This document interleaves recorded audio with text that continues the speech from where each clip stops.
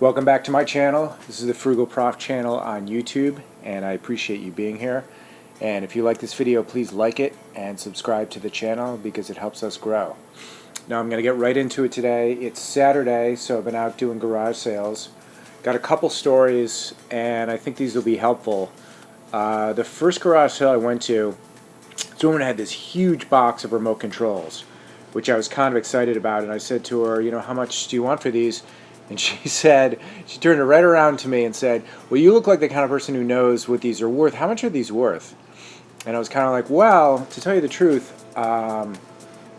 it depends on whether or not they work and whether or not the batteries have exploded inside. And I said, it's really hard to know what they're worth.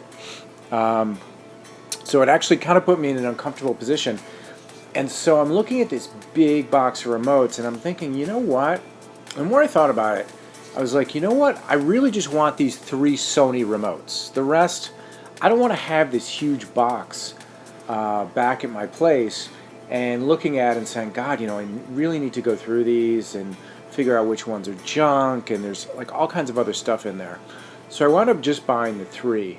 And I know, you see these videos and they're always about people, they buy the whole huge bundle and they say, I got this great deal on all this stuff because I bought this huge bundle and I bought the whole thing.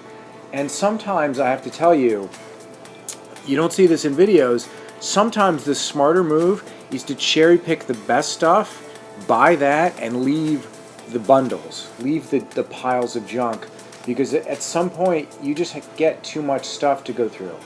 And you have to look kind of in the future and say, you know what, I don't want the hassle of going through this, and it may not be worth that much money.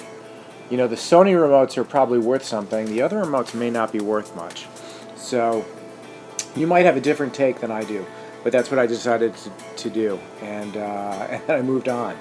So I went to this other garage sale, and it was hard to get to, and I almost said, forget it. There's just too many other sales going on. But then as I was driving by, I realized it was in the back, and I could park there. And it turned out there was only one other person there.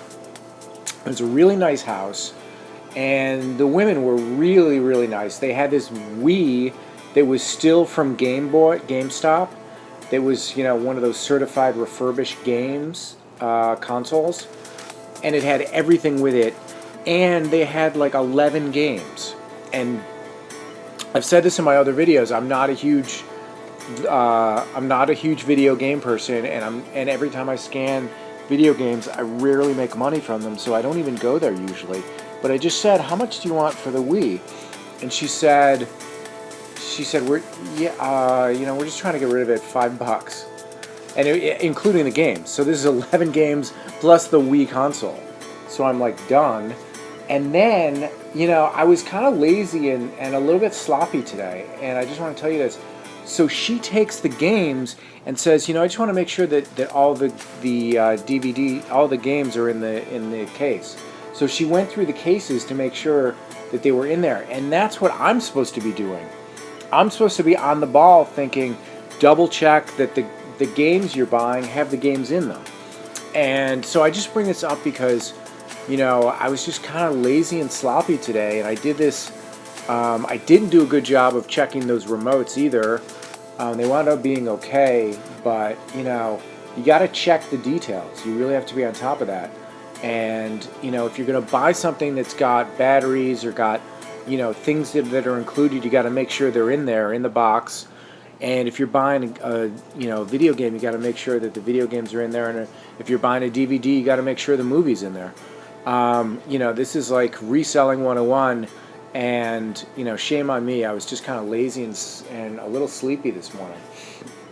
Anyway, so the last sale I went to was this. It was like a woman's club sale that I was excited about, that I thought was going to be really great, and I wound up getting, there was like a Plantronics headset that was still brand new that I think I'm going to do pretty well on.